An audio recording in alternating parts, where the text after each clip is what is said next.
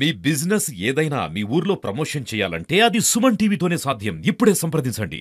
రామచంద్రునికి నివేదించవలసిన ఇష్టమైన పదార్థాలేంది? వేసవి కాలంలో జనాలందరూ కూడా వేసవి తాపాలతో ఉంటారు.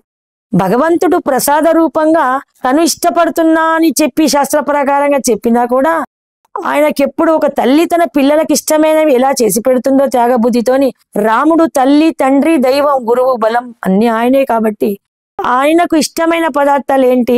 జనులెవ్వరూ వేసవి కాలంలో తాపాలకు గురిక అయి ఎండదెబ్బలు తాకి అలసిపోకుండా ఉండడానికి చలువ చేసే వడపప్పు, శనగపప్పు నానపెట్టి తినడం వల్ల ఎండ తాపాన్ని తగ్గించుకుంటాము. అలాగే కొత్త బెల్లము లేక చెరుకు రసము, ఆ కొత్త బెల్లము చల్లటి నీటిలో మళ్ళీ వేడి చేయకుండా కొంచెం మిరియాల పొడి వేసి కొంచెం సైంద్రవణము వేసి బెల్లపు పానకాన్ని, వడపప్పును, పెసరిపప్పును, శనగపప్పును ఇవన్నీ కూడా చలవ చేసేవి.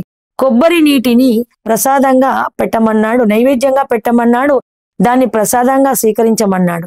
అన్నింటికంటే ముఖ్యమైనది రాముల వారికి కరిజలు కజ్జికాయలు అంటే చాలా ఇష్టము. చక్కడ మంచినెయ్యిలో కాస్తంత రవ్వ వేయించి ఎండు కొబ్బరి గాని పచ్చి కొబ్బరి, పల్లీల పొడి, పుట్నాల పొడి, బెల్లం వేసి తీపిగా గోధుమ పిండి బియ్యం పిండి కలిపి గాని కరిజలు చేసి 5, 9, 21 ఇలాగా వెండి పళ్ళెలం గాని ఇత్తడి పళ్ళెలం గాని స్వామి వారికి నివేదించడం వల్ల చాలా సంతోషపడతాడట.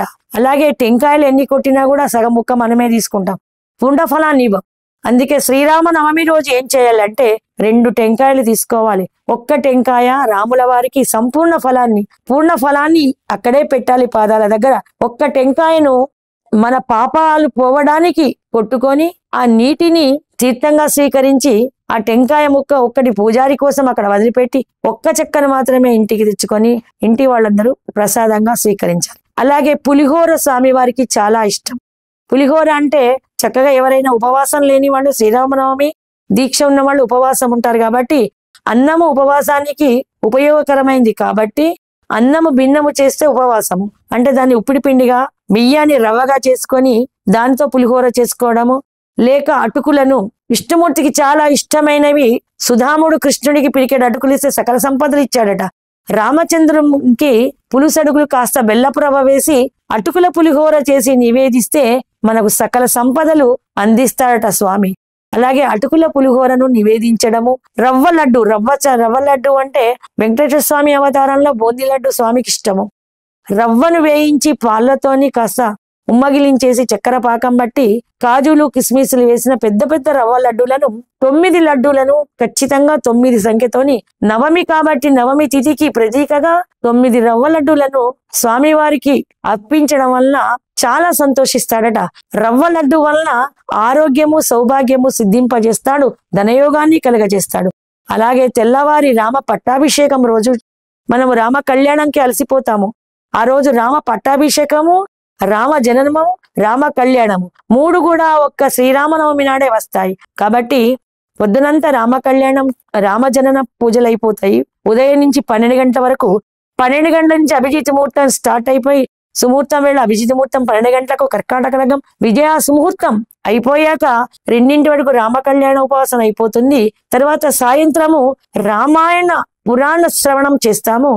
తెల్లవారి చక్కగా రాముడి పాచిదండలని తీసివేసి తేలికైన వస్త్రాలు ధరింపజేసి తులసిమాలతోని గంగోదకాలతోని మళ్ళీ స్వామివారిని అభిషేకించి రామ పట్టాభిషేక ఘట్టం చదువుకొని సంపూర్ణమైంది రామవ్రతము అనడానికి ప్రతీకగా శనగ పూర్ణాన్ని గాని పెసరిపప్పుతో పూర్ణంగాని వేసి పూర్ణపు బూరెలు గాని అక్షరాలు గాని చేసి శ్రీరామచంద్రునికి నివేదించాలి. ఈ పదార్థం కూడా అత్యంత ప్రీతికరమైనది శ్రీరామచంద్రమూర్తికి.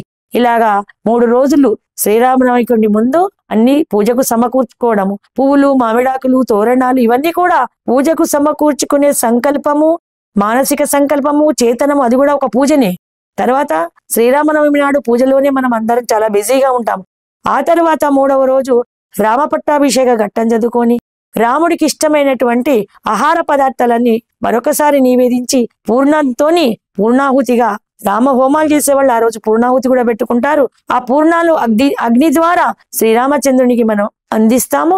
ఇలాగా చుట్టాలను, పక్కాలను, బంధువులను కూర్చోబెట్టుకొని చక్కగా రామవ్రతాన్ని, రామ అష్టోత్తరాలు, ఇంకా మంచి భక్తి పూర్వం ఓపిక సహన ఉన్నవాళ్ళు రామ సహస్రనామాన్ని చేస్తూ ఒక్క 108 నాణాలను రాముడి పాదాల మీద పోస్తే వంశాల వరకు అఖండమైన ధనయోగము మీ వంశానికంతా ఉంటుందని మనకు భాగవతోత్తములైన ఎందరో వేదమూర్తులైన ఋషి పండితులందరూ నాటి నుంచి తెలిపినటువంటి సత్యాలు.